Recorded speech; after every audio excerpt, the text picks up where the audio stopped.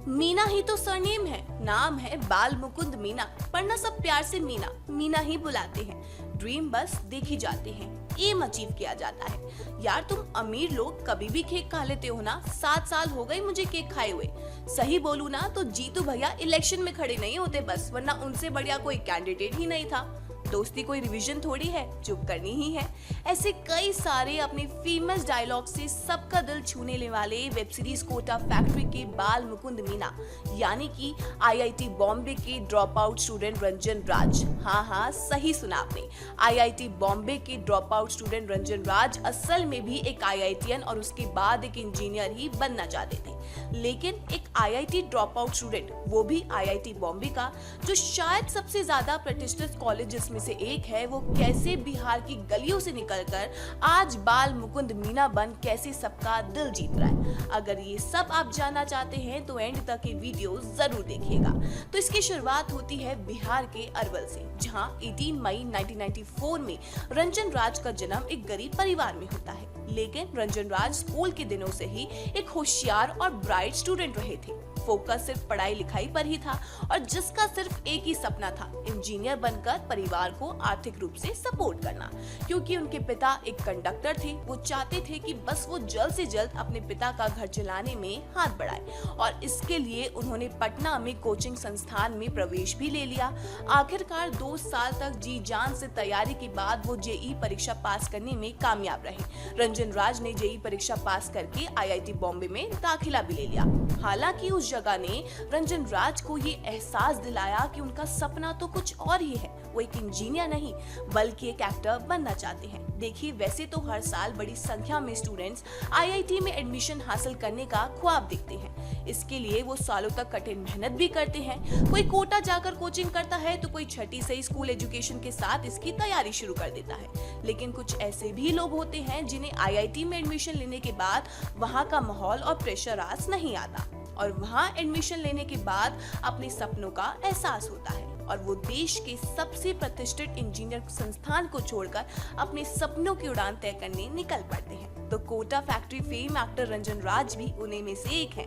लेकिन आईआईटी बॉम्बे में दाखिला होना सिर्फ एक किस्मत का खेल था, क्योंकि उन्होंने वहाँ एडमिशन तो ले लिया लेकिन उनकी किस्मत को कुछ और ही मंजूर था। और ऐसा मैं क्यों बोल रही हूँ, वो इसलिए क्योंकि खुद रंजन राज बताते हैं कि एक बार आईआईटी की तैयारी करते वक्त उनकी केमिस्ट्री में बहुत कम मार्क्स आए थे, जिसके बाद उन्हें लगा कि मुझे यहाँ से भाग जाना चाहिए, जैसा कि हम लोग फिल्मों में देखते हैं। यहाँ तक कि उस समय उनकी जेब में 500 रुपए पड़े हुए थे।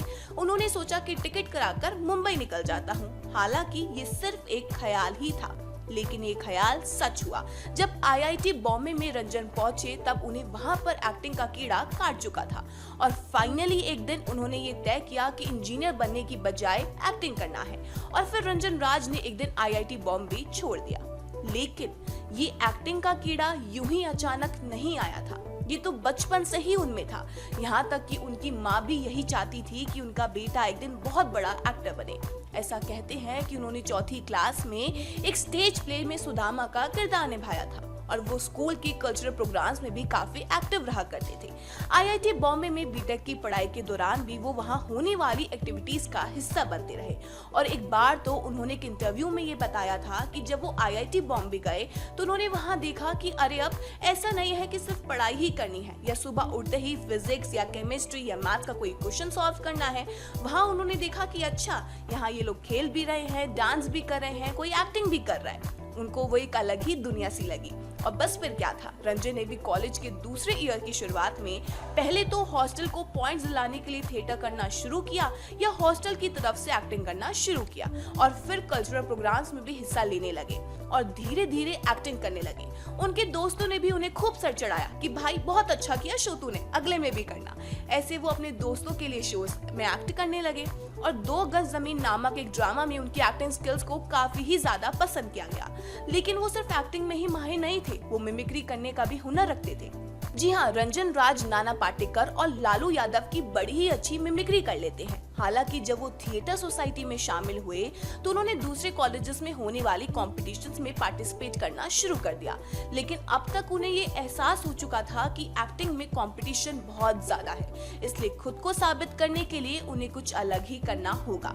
जीवन में यही बात होती है कि हमें खुद को कहीं भी स्थापित करने के लिए अपने तरीके खोजने होंगे। दूसरों के पीछे चलने से हम कहीं भी नहीं पहुंचेंगे। यूनिक होने का अपना ही फायदा होता है, क्योंकि वो आपको दूसरों से अलग बनाता है। दरअसल यही वो रास्ता होता है जिसके जरिए रंजन को भी अपनी जिंदगी में सफलता मिलती है। और फिर वो कॉलेज में एक्टिंग करते करते एक ऐसा वक्त आ जाता है कि जब 27 साल के इस अभिनेता ने कॉलेज छोड़ दिया और बॉलीवुड की राह पकड़ ली। रंजन को पता था कि आने वाली वेब सीरीज में उन्हें मौका मिल सकता है, इसलिए स्ट्रगलिंग एक्टर्स की भीड़ से खुद को अलग करने के लिए उन्होंने कंपटीशन के लिए टीवीएफ को एक शॉर्ट फिल्म भेजी, जिसके जरिए वो 2024 में इंटरवल 3D एक शॉर्ट फिल्म में दिखाई दिए। उसके बाद उन्होंने और भी शॉर्ट फिल्मों में काम किया, जिनमें lords of love, Raju, the monetization और कुछ और भी शामिल है। उन्होंने फिल्मों में अपनी शुरुआत का इंटरवल नामक फिल्म से की थी। इसमें उनके साथ आईआईटी से pass out student Jitendra Kumar यानी जीतू भैया भी थे। लेकिन रंजन राज को सबसे ज्यादा शोहरत कोटा फैक्ट्री सीरीज में बाल मुकुंद मीना के किरदार से मिली। इसके अलावा उन्होंने बाला, छिछोरे, रुस्तम और ड्रीम गर्ल 2 जैसी फिल्मों में भी काम किया है। आज रंजन राज को फिल्मों और वेब सीरीज में एक्टिंग करते हुए 6 साल हो चुके हैं और अब उन्हें ये बहुत अच्छे से पता है कि उन्हें जिंदगी में क्या करना है। हालांकि वो अपने करियर के लिए आईआईटी की जर्नी को श्रेय देते हैं, क्योंकि वहां रहने से ही उन्हें एक्टिंग की दुनिया में कदम रखने की मानसिक स्थिति प्राप्त हुई। नतीजन उन्होंने आईआईटी की पढ़ाई छोड़ दी और अपने जुनून को पूरा करने के लिए इंजीनियर बनने का भी ख्वाब छोड़ दिया। हालांकि रंजन का ये मानना है कि अगर आप खोजबीन करेंगे तो आपको अपना रास्ता जरूर मिल जाएगा। वो ये भी कहते हैं कि हमेशा सीखने के प्रोसेस में लगे रहना चाहिए।